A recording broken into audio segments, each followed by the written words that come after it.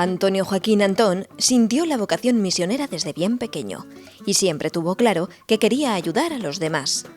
Salió de Aspe, su localidad natal, para servir en diferentes lugares de misión, principalmente en Sudamérica, donde pasó por Chile y Brasil, país en el que se encuentra actualmente desarrollando su labor. Hoy visita al obispo de la diócesis de Orihuela-Alicante, José Ignacio Munilla, para relatar sus últimas vivencias al servicio de la evangelización.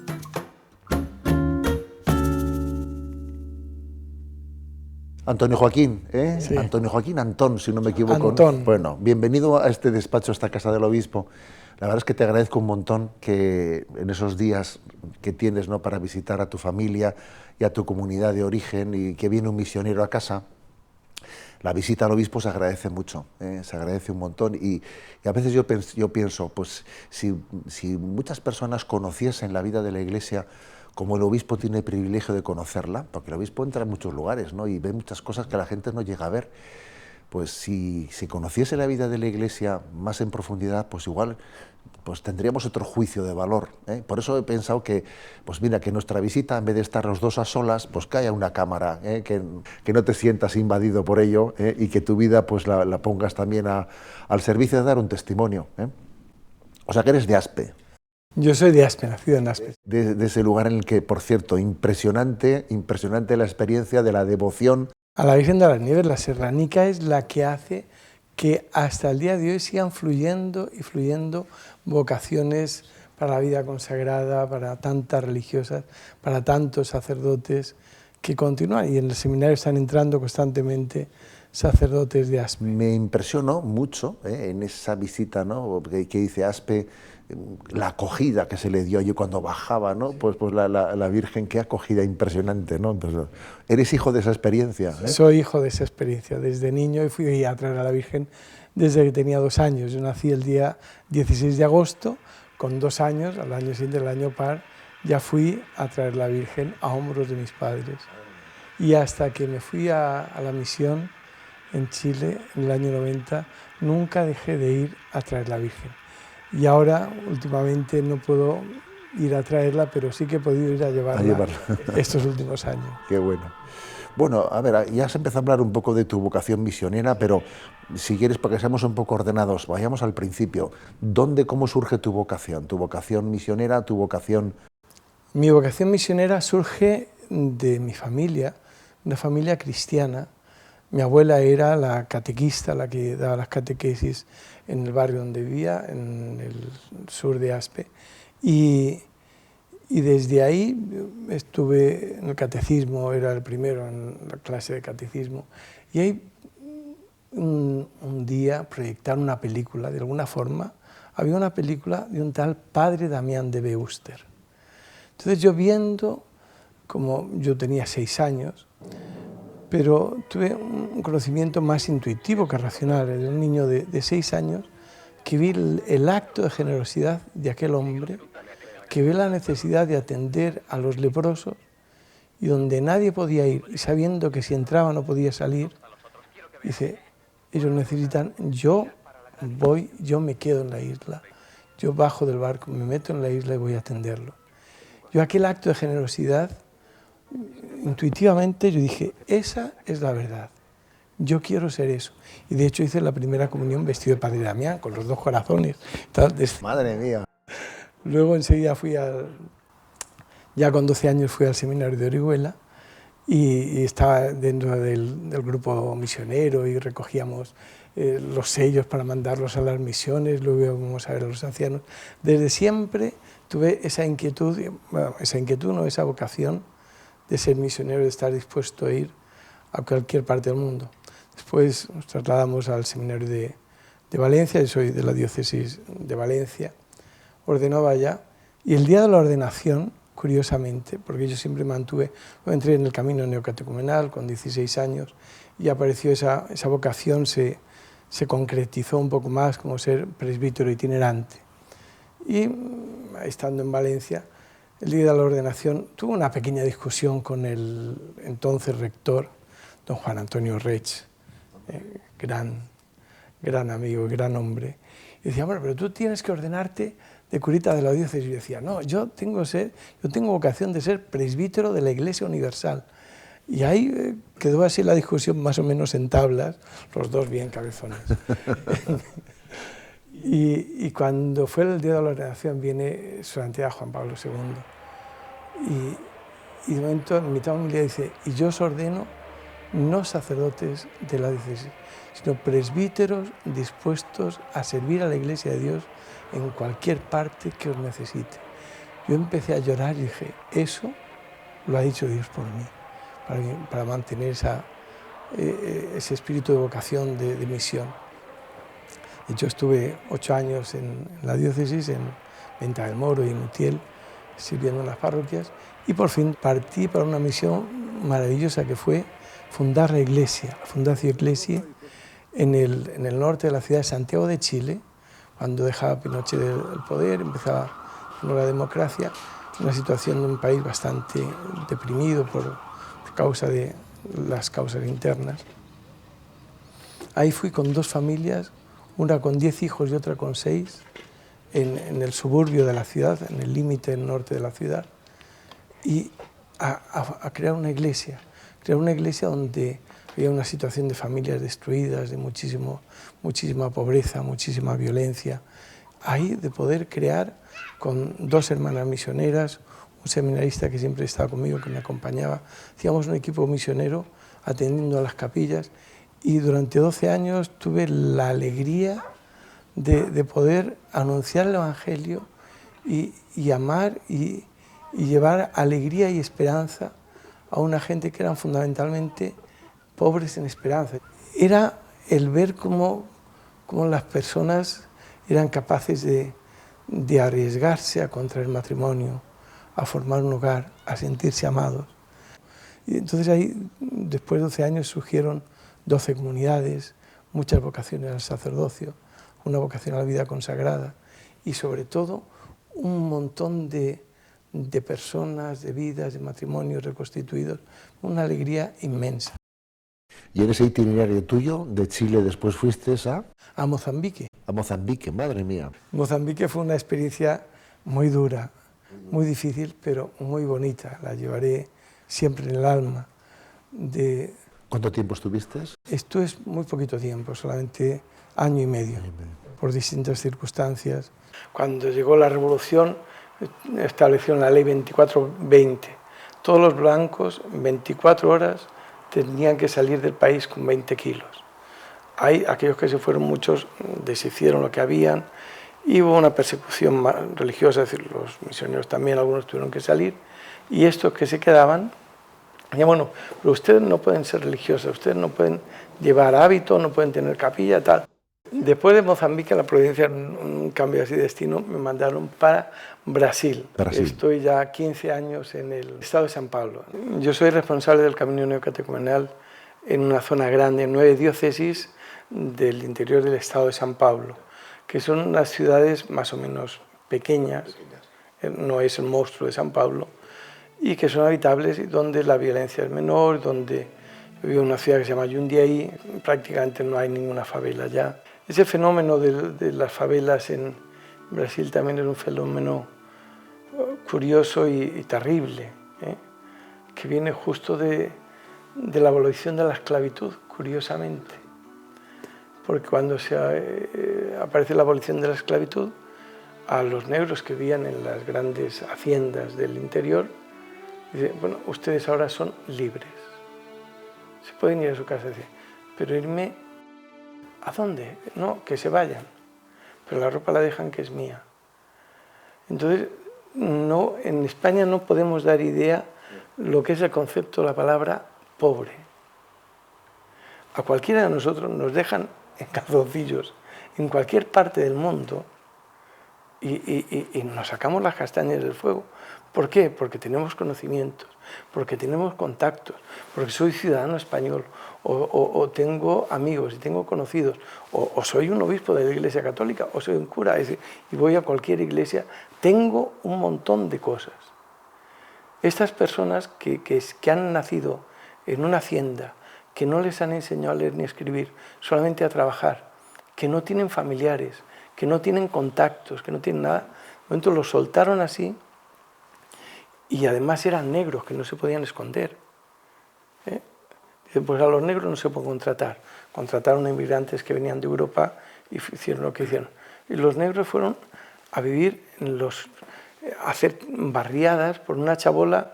Piensa que es una favela, no es una chabola. Una favela es un barrio de chabolas. Es un barrio de 100.000, de 200.000 personas que viven ahí hacinados en condiciones infrahumanas, en muchos sitios. Muchísimo. La Iglesia Católica ha hecho cosas ingentes ahí de meterse en la favela, de hacer famosas ciudades de Deus, de poder llevar luz, agua, electricidad, a poder darles algo de dignidad. Y el grande problema de las favelas hoy en día, siempre habían hurtos, porque los pobres tenían que sobrevivir. Ahora ha sido meter las drogas ahí y la violencia de las drogas y las bandas de las drogas que hacen unos destrozos terribles. Y aquí, en aquellos lugares en los que estuviste, tu cometido era el de animar las comunidades nacatocomunales. ¿Hubo una acogida grande de esas llamadas? He tenido la respuesta de ver, no solamente las redes que he hecho yo, sino las redes que habían echado antes. Que yo llegase, yo me subí a un barco que ya estaba en marcha, este barco de la evangelización, de personas que habían ido al inicio, que habían catequizado y que habían hecho surgir comunidades. Yo me subí a este barco en marcha y estoy acompañando este barco que va en marcha, abriendo muchas cosas. En Brasil, en general, las personas, es un pueblo muy religioso.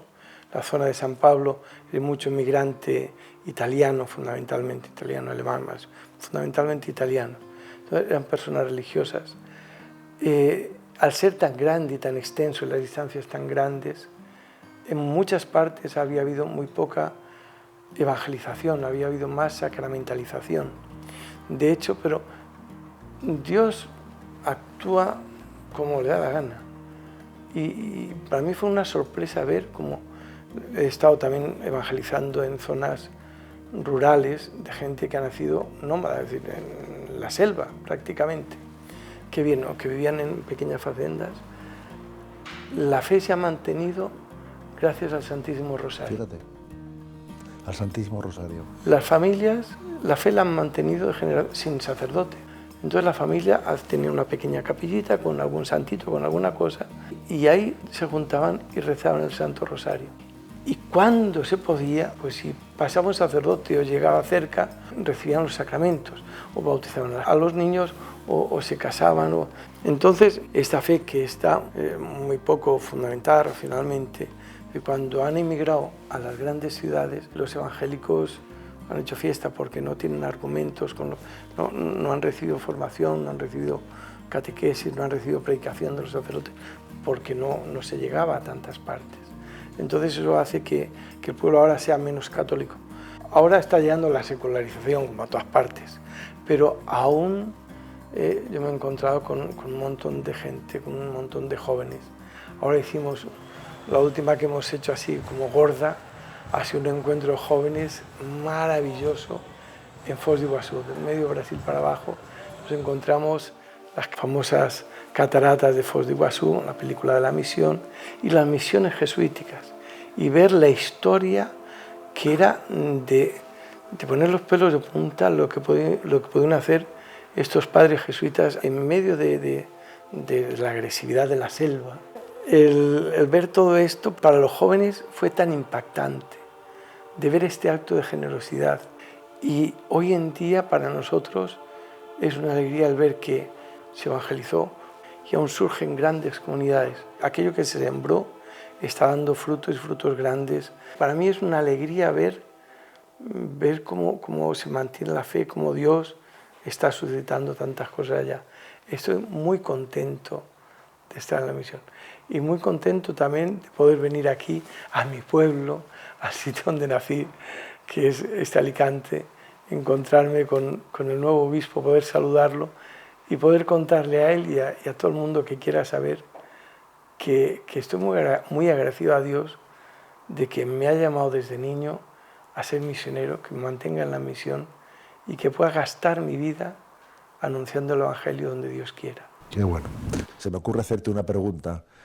Es posible para un joven de la diócesis de Orihuela, Alicante, decir, bueno, voy a tener un tiempo de mi vida, unos meses, unos años, de poder ir y hacer una experiencia misionera. ¿Eso cabe tal posibilidad?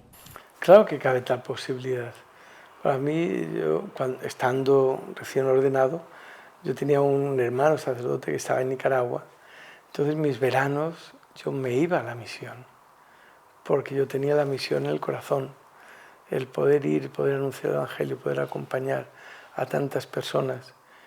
Algunos hermanos de mi comunidad de Valencia han ido en Mozambique, ahora está un obispo que es de ahí, que eran mercedarios, que lo están haciendo muy bien, que están, y el tener el contacto con la misión en tantas partes, el ir y anunciar el Evangelio, el ir y compartir, el ir y ver cómo sirve la fe, hace que relativicen todos sus axiomas inamovibles y que puedan salir de sí mismos y que puedan encontrarse con el amor y con la generosidad y que eso está grabado en el fondo de todos nuestros corazones. Entonces esa generosidad, ese donarse es lo que nos hace, lo que a mí me ha hecho crecer y ser lo que soy. Y claro que sí, yo les recomendaría a todos los jóvenes. Todos, qué bueno. A ver, lo más duro en la vida de un misionero y lo más gozoso. Lo más duro y lo más gozoso. Para mí en la vida de la misión han habido tentaciones, han habido pruebas, yo llevo muchos años. Entonces mi vida de fe también ha ido acompañada de crisis, por ejemplo la crisis de la paternidad con 40 años, que fue un momento duro para mí, porque el demonio que existe, que me tentaba diciendo, o eres papá ahora, o ya no eres papá nunca, se te pasa el regalo. Y solamente de escuchar al demonio empezaron a salir mujeres que querían tener un hijo mío debajo de las piedras. Tuve que luchar y claro, en Chile se dice, soldado que arranca sirve para otra guerra. Entonces al final dije, ha acabado mi tiempo en Chile, tengo que salir de acá, de poder salir de los momentos de llorar con lágrimas en los ojos fue salir de Mozambique, de ver la necesidad ingente que había, porque cristianos había poquísimos, católicos nada, sin ninguna formación, sin nadie que les predicara. Y por distintas circunstancias políticas, religiosas, tener que dejar esa misión para mí fue una pena muy grande. Y luego ver los estragos que puede hacer la sociedad en muchos jóvenes, porque es verdad que hay muchos jóvenes, pero hay muchos que han caído en el camino. De ver cómo esta sociedad moderna nos roba a la gente, es decir, ese ateísmo con la sexualidad exacerbada, con el problema de la pornografía, de las drogas, del vivir absolutamente para sí mismos, sin tener en cuenta, sin que el otro exista, es decir, cuando el único derecho es mi yo y lo que me apetece y que tengo derecho a hacer y a no hacer, y ver cómo eso le roba el alma a la gente y acaban fuera de la iglesia, fuera de Dios. Eso es de lo que más... Y lo que más me ha consolado, me consuela, y es por lo que he sido siempre, es porque participar del milagro de que Dios utilice a un siervo tan inútil y tan pobre como yo, y tan lleno de pecados, para poder anunciar el Evangelio es lo que realiza mi vida. Mi última crisis vocacional fue en Moncada. Me salí del seminario y le dije a Dios que no quería ser cura. Digo, Señor, todavía en el seminario, yo no quiero ser cura. Yo no tengo vocación de masoquista. A mí me gustan las mujeres. Yo quiero tener una mujer y quiero tener hijos y quiero tener... Y estaba así y de momento sentí como que el Señor me decía, pues muy bien, pues no seas cura. Yo dije, no. Empecé a proyectarme y a organizar mi vida sin ser cura. Y voy a hacer esto, y con mi papá era mecánico industrial, a ver si montamos una empresa, y hago esto, y hago aquello. Y empecé a ver, bueno, empecé a proyectar muchas cosas y dije, bueno, cura no, pero cristiano sí. Y vi que muchos hablan de perder la vida, yo vi que la vida se gastaba. Y dije, ¿en qué quiero gastar mi vida? ¿Haciendo qué? ¿Produciendo algo? ¿Estando todavía en una fábrica? Y lo que más me había alegrado a mí siempre, porque yo ya había tenido experiencia de ser catequista del camino neocatecumenal, de dar una catequesis, de ver cómo el anuncio del Evangelio cambiaba la vida de las personas, digo, yo lo que más me ha satisfecho profundamente es llevar ese anuncio a la gente. Y le dije, Señor, yo quiero ser cura.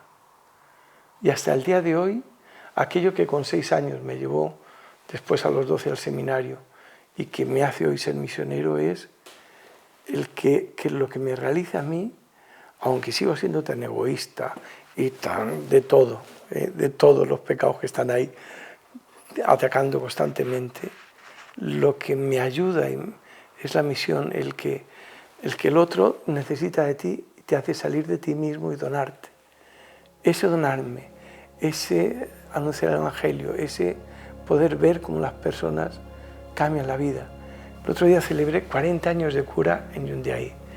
Si viera el testimonio de los hermanos, y yo lo doy gracias a Dios, porque gracias a tu palabra, gracias a que me acompañaste, gracias a que me ayudaste, gracias a que estuviste en mi vida, yo hoy estoy aquí, me salvé y estoy feliz. Y yo conocía la vida y los milagros de todos y cada uno.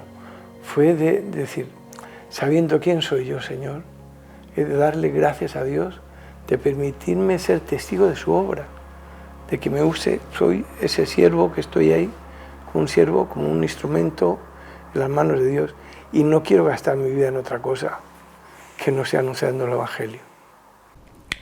Antonio Joaquín, muchísimas gracias. Gracias de corazón y bueno, y no dejes de volver a visitarnos cuando vengas por aquí, ¿eh?